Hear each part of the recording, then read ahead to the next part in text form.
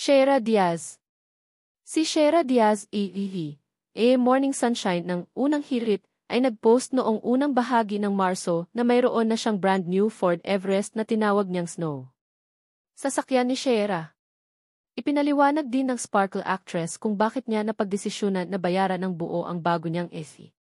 So guys, natutuwa ako, share ko lang kasi, fully paid ko siya para wala na ako binabayaran monthly, sabi ni Shera. Kasi, naalala ko may nagsabi sa akin if you can't afford to pay that in full ibig sabihin mahihirapan ka. So, ayaw ko na mahirapan and slowly, but surely, ito nakakaluwag-luwag. Thanks to God talaga. Guzman. Ang bubbly gang star na si Guzman ay may bago ring laruan tulad ng kanyang fiance na si Shera. Sasakyan ni Yuli. Ipinakita ng versatile actor ang kanyang napakagandang Ford Mustang sa Instagram noong Marso 13. John Lucas. Si John Lucas, na gumaganap bilang kontrabida sa Black Rider, ay nakatanggap ng espesyal na sorpresa mula sa kanyang asawang si Elle Ferraz. Sasakyan ni John. Hindi napigilan ni John na ma-overwhelm sa bagong Toyota na regalo ng kanyang asawa sa kanya.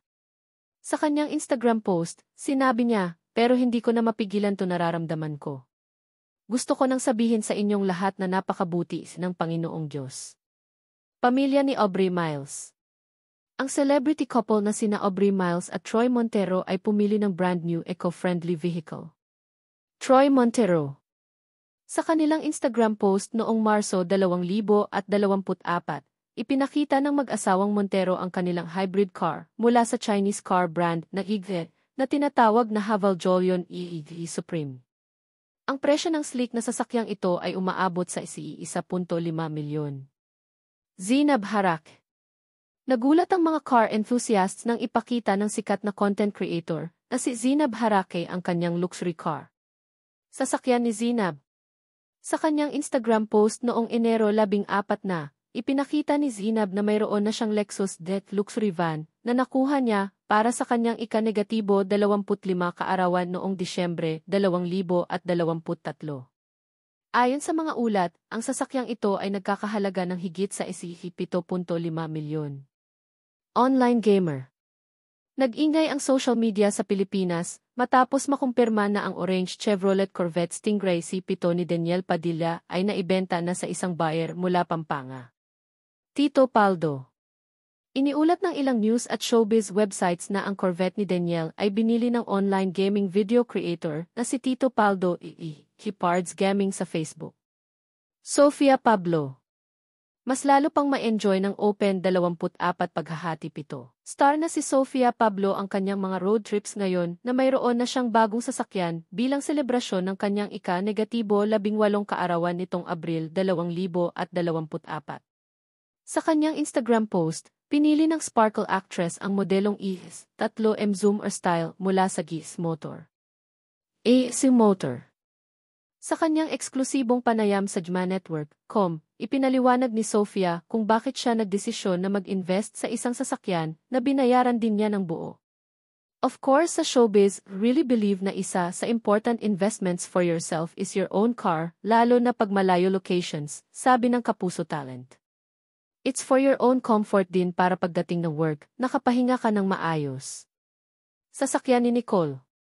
Ang dating Super Twins actress na si Nicole Dulalia ay tuwang-tuwa matapos niyang i-share sa Instagram na nakabili siya ng bagong sasakyan.